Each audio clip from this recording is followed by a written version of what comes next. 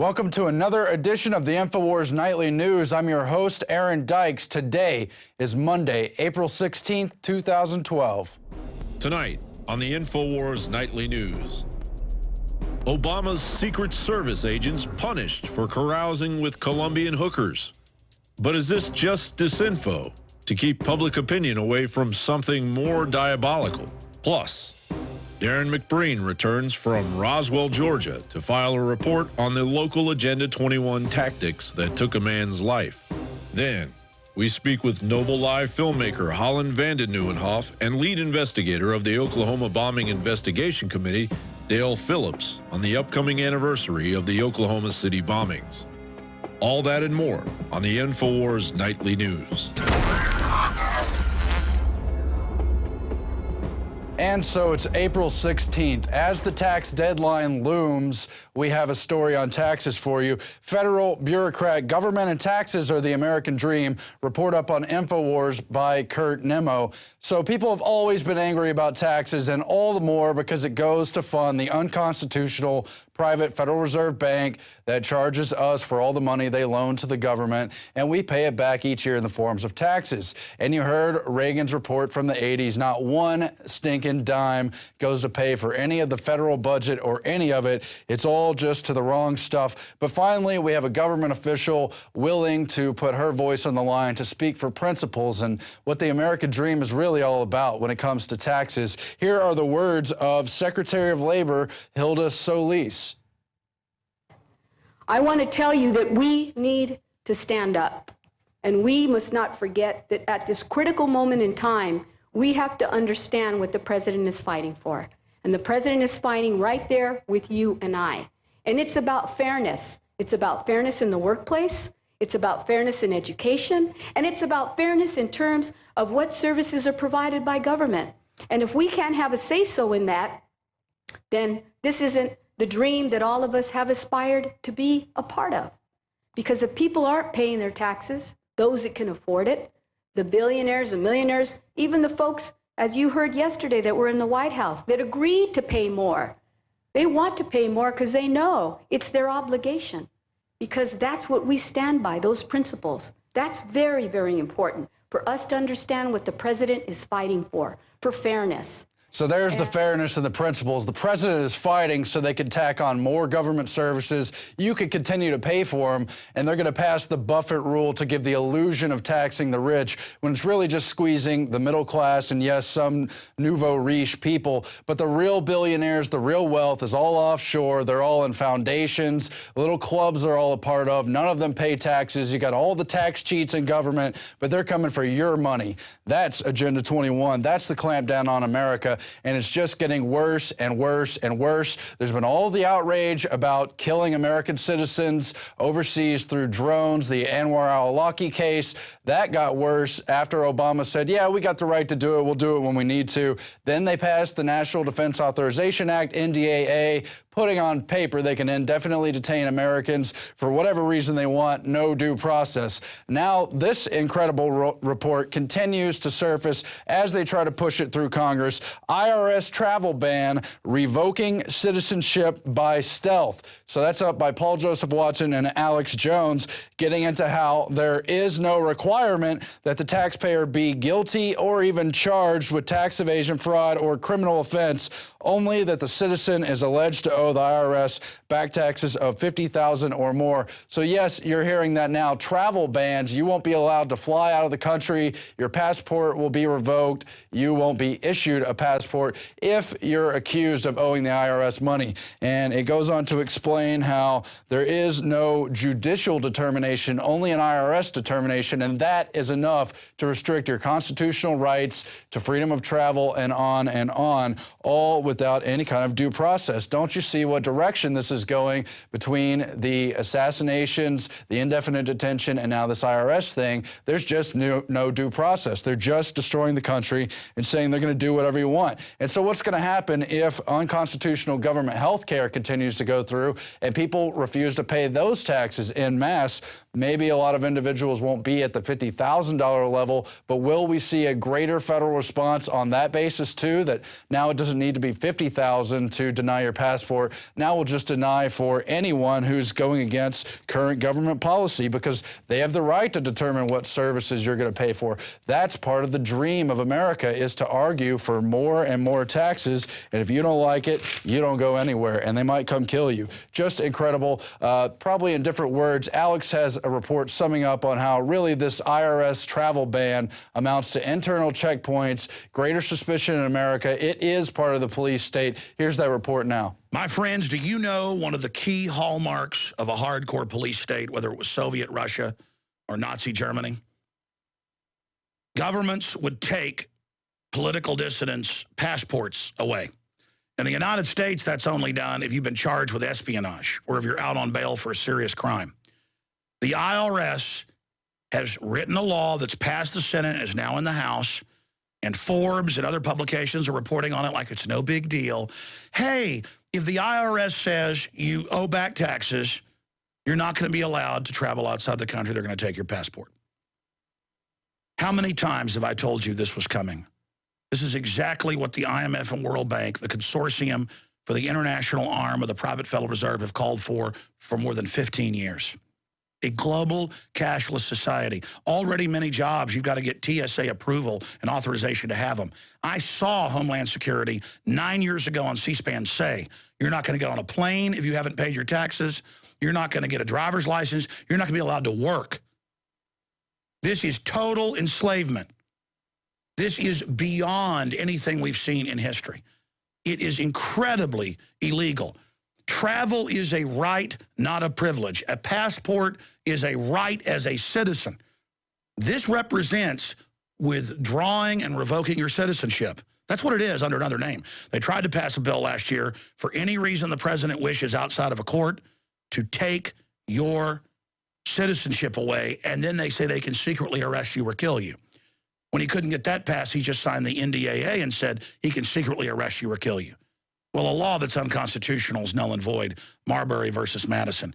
What this represents is capital controls. When governments start to collapse throughout history, they always try to clamp down on people leaving the country with money. Bottom line, the IRS is the collection agency for the private Federal Reserve.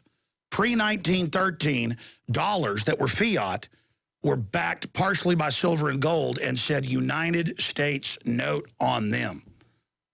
After 1913, they said Federal Reserve note. In '63, Kennedy reissued $5 bills that said United States note on them, and he signed an executive order to begin the abolishment of the private Federal Reserve and its collection agency of the IRS. That's why the banksters killed him. My point is, yes, a country has to have taxes, but these aren't taxes. These are levies to private international banks. Just as Europe admits they're now under Goldman Sachs dictatorship. Not through money they owe. Goldman Sachs got their governments to sign on to the derivative fraud they created. This is so incredible.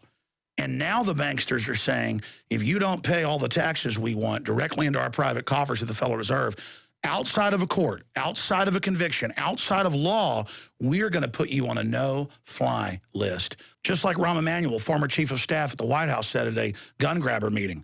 He said, look, if you're on a no-fly list, over 2 million Americans are on that, by the way, you're not going to be able to buy a gun. That is, if you are on the no-fly list because you are known as maybe a possible terrorist, you cannot buy a handgun in America. One of the things you don't know about is the number of people that we have turned away because their name has been on the watch list or on the no-fly list. Only my mom could, but not me and my dad, because both me and my dad are on the watch list. Now they say they want to expand that to where if you haven't paid your taxes, you can't buy a gun. Of course, these are taxes to the IRS, and they just say you haven't paid. The bankers are taking control of our lives. They are squeezing Europeans with the exact same system. This is hardcore fascism. This is incredible tyranny, and we've got to defeat this legislation that is now in the House. Get these articles and get them out to everybody and demand that the corporate whore dinosaur media cover this, because these are internal checkpoints, internal passports, and they're saying they're going to revoke your citizenship. That's what this does, extrajudicially. This is off the Richter scale when it comes to despotic, oppressive tyranny. The Federal Reserve is engaged in a total coup d'etat over due process and threatening to revoke our citizenship and pull our passports if we don't fully submit to the bankers. The bankers are pressuring local governments to raise the local property tax that we didn't have till 60 years ago in this country, that turns your property into basically a government rental. This is not land of the free, home of the brave anymore. Okay? We're off the charts tyranny. It's time to recognize it, rebuke it, arrest these scumbag New World Order people, and take our government back. Because this is all going to be selectively enforced. Massive numbers of Congress don't pay taxes. Most of these federal employees don't, and they're left alone. Criminal Congress can insider trade and say they're allowed to. Corzine can steal billions, lie to Congress and get caught and not get in trouble. But these crooks run the Federal Reserve and its IRS collection agency, and they're saying they're going to take anything they want without even a court hearing and take your passport. We've got to get this information out to everybody. This just proves how tyrannical these scum are. And so we can move on to other corruption in the government, other little scandals going on, although this one's been far splashier and probably less substantial. As you know from all the mainstream reports over the weekend, Obama's trip to Colombia was compromised when Secret Service people were accused of not paying hookers. And then they brought in members of the military and others, and they've detained them and taken them back home, and they're getting ready to charge them with violating the Secret Service codes. That's if we were even told the truth. We really don't know. It's hard to believe that this would have broken out into a major news scandal rather than just being covered up from within. If indeed this is going on, we know high-level officials are engaged of all kinds of unspeakable things, but why is this happening now in the middle of the Summit of the Americas?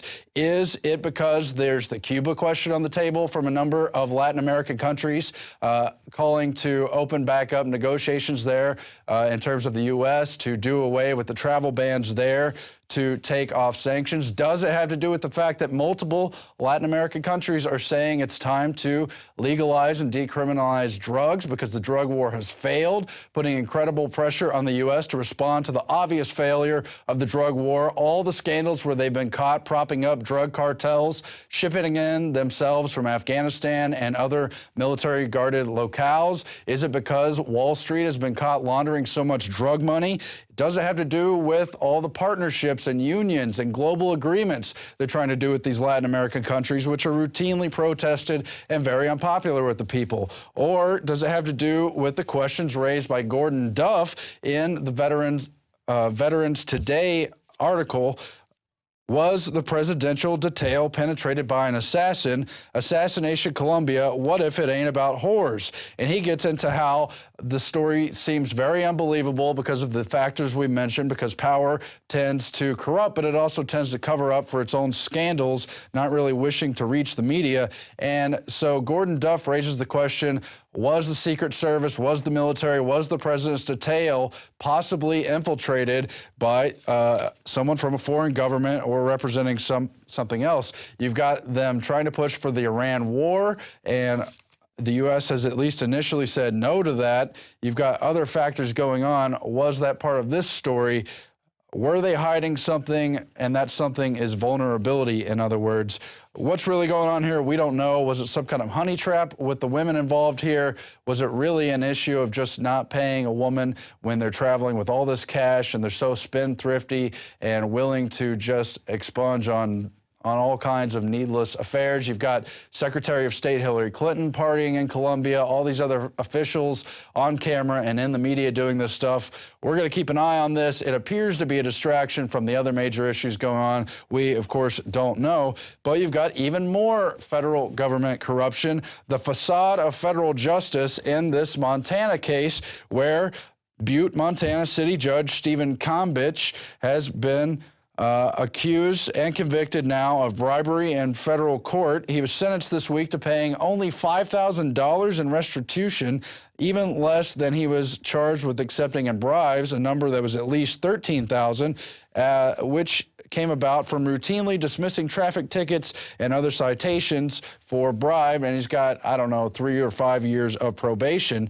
And then in this article from Montana Festo, they compare it to the outrageous case, especially by comparison, where a medical marijuana caregiver named Chris Lindsay is also facing charges. Those charges are more than 690 years or 25 consecutive life sentences for administering medical marijuana in the case there. So why is that case so heavily punished, but government corruption, admitted bribery where he's convicted, they just get off with a fine and probation? What in the world is going on? Well, it's just a corrupt system. They go after whoever they can, and they let off as many inside officials as they can unless there's enough pressure to put the skids on them.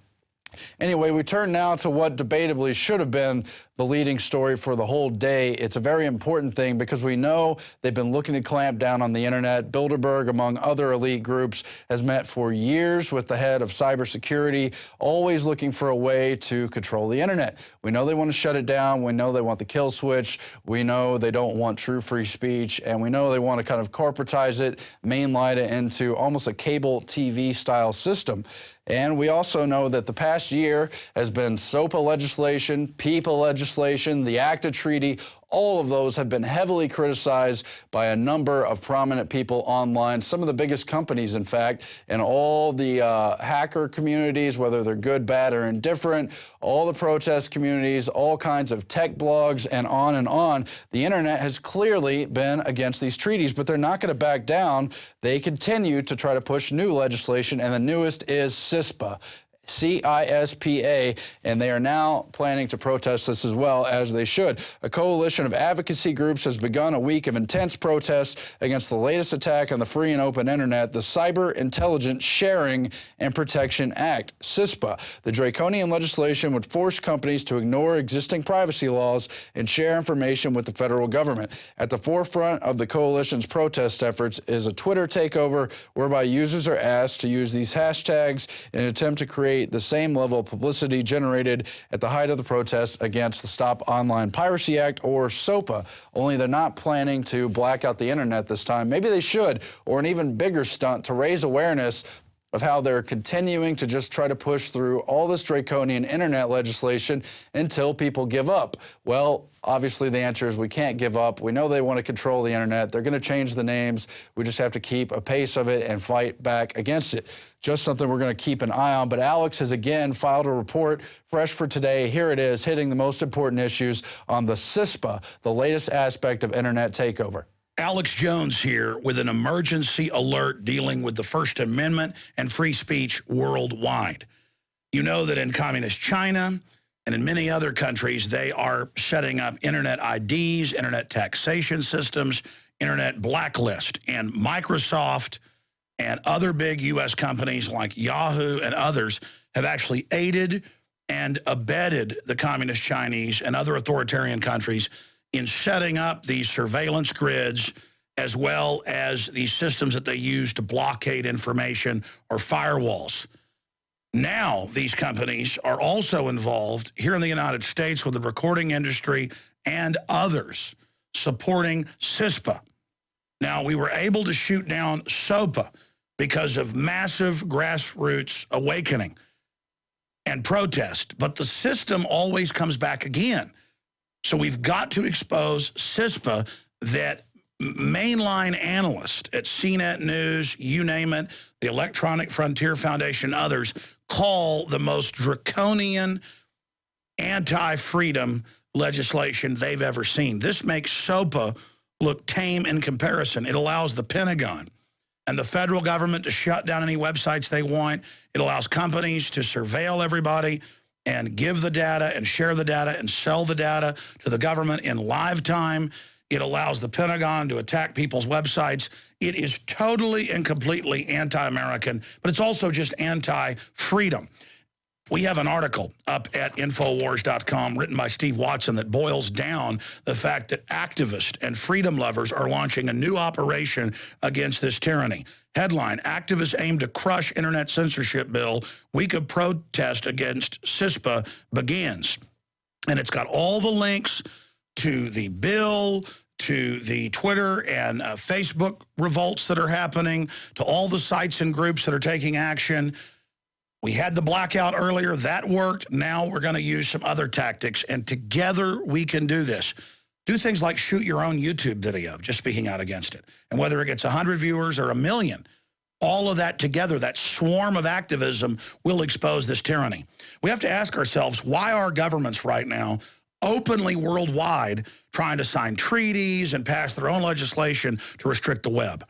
Because the big mega banks that are looting all of our countries through austerity to pay off their derivatives openly know the people are waking up and realize that we have corporate fascism worldwide setting up what they call a new world order. And so they can't allow a truly free internet to create a Western spring against the globalist. They want to use the internet selectively to start rebellions against countries they want to overthrow. They don't want the people to peacefully use it to expose what they're doing. I saw numbers just last week where record low viewership for TV and cable television, record increase for alternative media online. Look at what we're doing with Infowars.com, the nightly news. Look what countless others are doing with their blogs and news organizations engaging in real research. So there is a threat that the system is desperate to basically quell, the threat of liberty, of true diversity of ideas. The system sees freedom as a threat, and that's why there's a perfect storm of dinosaur corporate whore media that can't compete with free media and government that can't compete with free media coming together to try to sell the end of the free internet as we know it. If we beat this, they'll come back again. But that's what's fun about this. It's not, oh, gosh, they came back. It's, hey, we beat them. Now they're coming back for another fight. Good. We have to make this the sporting event of our times, fighting for liberty, not going and watching a football game and getting drunk. We have to understand it's fun to be involved. It's fun to be informed. It's certainly not fun to be a slave and to live in a country that has a censored internet that's run by the Pentagon, where they make all the different IT professionals get federally certified and agree to spy on people for the government and to put government Trojan horse hardware into all of the ISPs. I'm talking about the little ISPs. Just a few weeks ago, we saw the CIA director come out and say, hey, we are spying on everybody through their appliances. Ha, ha, ha, when you buy a cell phone or a new washer or dryer, it's got tech built into it that the smart meters dial into, and we listen to you. You know, the Fourth Amendment ain't what it used to be. He laughed at a NQTEL CIA public meeting where they steer money into the industry to fund all of this. They're trying to just bring censorship out in the open and admitting it's an end to the Fourth Amendment and privacy, admitting it's an end to due process, admitting they'll just shut your site down or take it over if they want, or spy on you, or have the Pentagon attack your site if they don't agree with your information. In closing, we've seen people like Senator Lieberman and others say, if somebody's criticizing the war, shut down their website. He has said he wants to be able to send an email to YouTube and have people's videos taken down. That's actually happened to us before when we show videos exposing war crimes. So this is happening. Jay Rockefeller a few years ago said we would have been better off never inventing the internet. He's one of the top senators who's trying to push all this right now. The system is desperate. At last year's Bilderberg, who was there? The head of Google, all the tech people. We predicted all this was coming because our moles inside said they want to clamp down on the web.